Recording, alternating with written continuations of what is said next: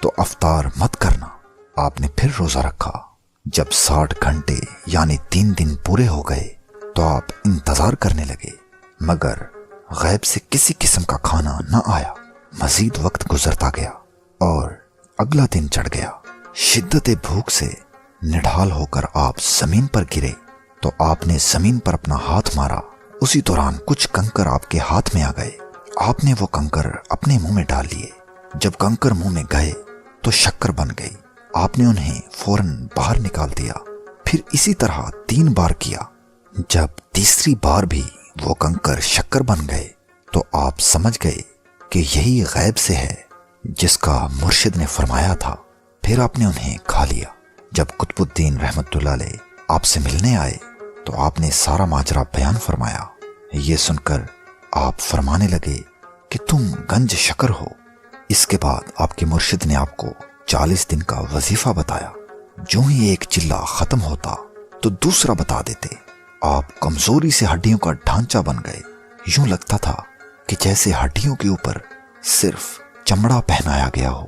اس کے بعد آپ کو قطب الدین بختیار کاکی رحمت اللہ علیہ نے چلہ معکوس کا حکم دیا۔ معکوس کے معنی الٹا اور چلہ کا مطلب 40 دن، یعنی اس چلہ میں 40 دن تک الٹا لٹکا جاتا ہے۔ یہ چلہ چشتیہ سلسلہ میں ہے۔ اگر اس کی بنیاد کی بات کی جائے تو شیخ ابو سعید ابو الخیر رحمت اللہ علیہ سے نقل ہے کہ حضور صلی اللہ علیہ وآلہ وسلم نے غار ہیرا میں نماز معکوس ادا کی ہے۔ بس اس سنت کو بابا فرید رحمت اللہ علیہ نے پھر زندہ کیا۔ چونکہ اب الٹا لٹکنا تھا، اس لیے اس کام کے لیے کسی خاص جگہ کا ڈھونڈنا ضروری تھا جہاں پر کوئی بھی آپ کو دیکھ نہ سکے۔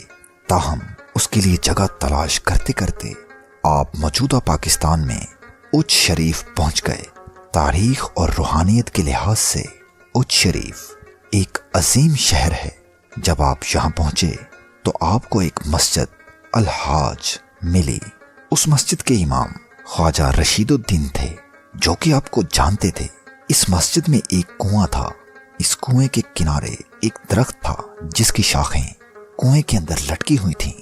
یہ جگہ آپ کے لیے بالکل موزوں تھی۔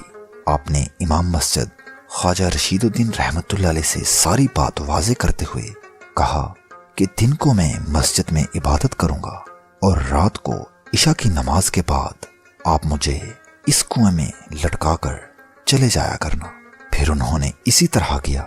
رات کو جب تمام لوگ عشاء کی نماز ادا کر کے چلے جاتے تو آپ کو کنویں میں ایک رسی کے ساتھ لٹکا کر اس درخت کی شاخ سے رسی باندھ دیتے اور صبح کو تہجد کے وقت وہ امام صاحب آ کر آپ کو نکال لیتے۔ اس طرح 40 دن گزر گئے۔ کمزوری کے باوجود آپ نے وہاں سے دہلی کی راہ لی۔ تقریباً وہاں سے 544 کلومیٹر کا فاصلہ طے کیا اور مرشد کے قدموں میں پہنچ گئے۔ چلے اور مجاہدات کرتے کرتے آپ اس مقام پر پہنچ گئے کہ نفس کا خاتمہ ہو گیا اور 612 ہجری میں ایک انقلاب برپا ہوا۔ جب آپ کی عمر 29 سال تھی تو خواجہ معین الدین چشتی رحمت اللہ علیہ دہلی تشریف لائے۔ امیر، غریب، بادشاہ آپ کی زیارت کے لیے امڑ آئے۔ فیوز و برکات کا چشمہ کھلا تو بہت سے لوگ فیضیاب ہوئے۔ پھر کچھ دیر کے بعد خواجہ معین الدین چشتی رحمت اللہ علیہ نے بختیار کاکی رحمت اللہ علیہ سے پوچھا کہ تم نے مجھے اس نوجوان مسعود سے نہیں ملوایا جس کا تم اکثر ذکر کیا کرتے تھے؟ فرمایا حضور وہ اپنے حجرے میں ہے اور لگتا ہے کہ اتنا کمزور ہو گیا ہے کہ اٹھ نہیں سکتا۔ خواجہ معین الدین چشتی رحمت اللہ علیہ نے فرمایا وہ نہیں آ سکتا تو ہم چلے جاتے ہیں۔ پھر روحانیت کے یہ دونوں سرچشمے اٹھے اور بابا فرید گنج شکر رحمت اللہ علیہ کے حجرے کی طرف چل پڑے۔ جب اندر پہنچے تو بابا فرید گنج شکر رحمت اللہ علیہ نے اپنے مرشد کو دیکھا تو اٹھ کر کھڑا ہونا چاہا، مگر اٹھتے ہی زمین پر گر گئے اور جیسے ہی نیچے گرے تو اپنا سر پیر کے قدموں میں رکھا اور ہاتھ خواجہ معین الدین رحمت اللہ علیہ کے قدموں پر رکھ دیا۔ خواجہ معین الدین رحمت اللہ علیہ قطب الدین بختیار کاکی رحمت اللہ علیہ سے کہنے لگے، اے قطب الدین، اس جوان کو کب تک مجاہدے کی آگ میں جلاؤ گے؟ اللہ نے آپ کو 7 اولادیں عطا فرمائیں، جن میں سے 6 کا بچپن میں ہی انتقال ہو گیا اور ایک بیٹی بچی۔ بی بی نجیب النساء کا انتقال اجودن میں ہوا، جس کا موجودہ نام پاک پتن ہے، اور آپ کو وہیں دفن کر دیا گیا اور وہیں آپ کا مزار ہے۔ اس کے بعد آپ نے مزید 3 شادیاں فرمائیں۔ آپ کی اولاد کی تعداد 17 بتائی جاتی ہے۔ ہانسی کے اندر بہت سے لوگ آپ کے مرید ہوئے۔ یہیں پر جمال الدین ہانسوی رحمت اللہ علیہ نے آپ کی بیعت کی۔ آپ ربیع الاول دسمبر کے مہینے میں ہانسی سے دوبارہ دہلی واپس اپنے مرشد کو ملنے آئے اور 1 ہفتہ قیام فرمایا۔ جب واپس جانے کی اجازت چاہی تو مرشد نے اٹھ کر سینے سے لگا لیا اور فرمایا، فرید الدین، تم دونوں جہانوں میں میرے رفیق ہو، میرا مقام تمہارا مقام ہے۔ تمہیں معلوم ہے کہ تم میرے آخر وقت میں پاس نہیں ہوگے اور بعد میں آؤ گے، اس لیے جو تبرکات تمہیں دینے ہیں میں حمید الدین ناگوری کو دے جاؤں گا۔ اس کے بعد آپ ہانسی چلے آئے اور آپ کے مرشد کا انتقال ہو گیا۔ انتقال سے پہلے دسمبر 1235 عیسوی میں شیخ بدر الدین اور قاضی حمید الدین ناگوری رحمت اللہ علیہ کو قطب الدین رحمت اللہ علیہ نے اپنا خرقہ، مسلح، نالین اور عصا دیا اور فرمایا کہ میرا مرید آئے گا، اسے یہ دے دینا۔ 27 دسمبر کو قطب الدین رحمت اللہ علیہ کا جب انتقال ہوا تو بابا فرید الدین رحمت اللہ علیہ نے رات کو ہی دہلی جانے کی تیاری کر لی۔ آپ کی زوجہ نے پوچھا کہ ابھی کچھ دن پہلے ہی تو آپ دہلی سے آئے ہیں اور اب اچانک رات کو کیوں جا رہے ہیں؟ آپ نے فرمایا کہ مجھے میرے مرشد کا بلاوا آیا ہے۔ 146 کلومیٹر کا فاصلہ تیزی سے طے کرتے ہوئے تیسرے دن آپ دہلی پہنچ گئے اور اپنے مرشد کی قبر کے ساتھ لپٹ کر رونے لگے۔ وصیت کے مطابق تمام تبرکات آپ کو دے دیے گئے اور آپ کو قطب الدین رحمت اللہ علیہ کی مسند پر بٹھا دیا گیا، مگر 7 دن کے بعد آپ دہلی سے واپس ہانسی آ گئے۔ لوگوں نے آپ کو جانے سے روکا اور کہا کہ یہ جگہ آپ کو آپ کے پیر و مرشد دے کر گئے ہیں۔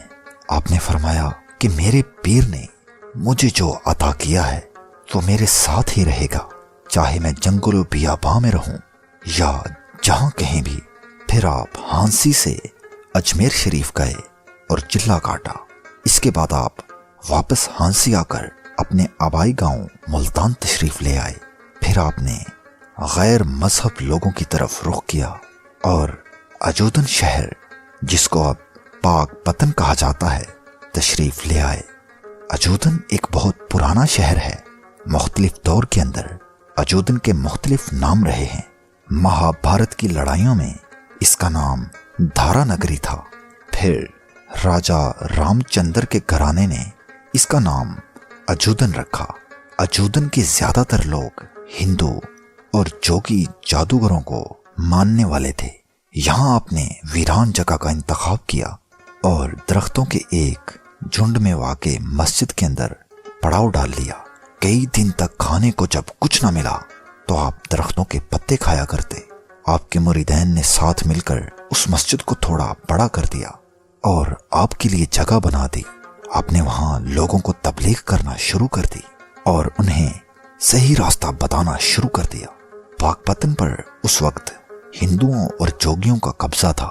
تمام لوگ اپنی مشکلات کا حل نکلوانے جوگیوں کے پاس جاتے تھے۔ جوگی زبردستی دودھ اور جانور لوگوں سے لیتے اور ان کے ساتھ بہت سی زیادتیاں کرتے۔ ایک دفعہ ایک جوگی نے اپنے چیلوں کو بھیجا کہ جاؤ فلاں بوڑھی عورت سے دودھ لے کر آؤ۔ اتنے دنوں سے اس نے ہمیں دودھ نہیں دیا۔ اس جوگی کے چیلے اس بوڑھی اماں کے گھر پہنچے اور اسے دھمکی دی۔ اس بوڑھی اماں نے خوف کے مارے گھر میں موجود سارا دودھ اکٹھا کیا اور مٹکا سر پر اٹھائے ہوئے جوگی کی طرف چل پڑی۔ راستے میں جاتے ہوئے وہ بابا فرید رحمت اللہ علیہ کے پڑاؤ کے پاس سے گزری۔ آپ نے جب اس عورت کو دیکھا تو وہ لڑکھڑا رہی تھی۔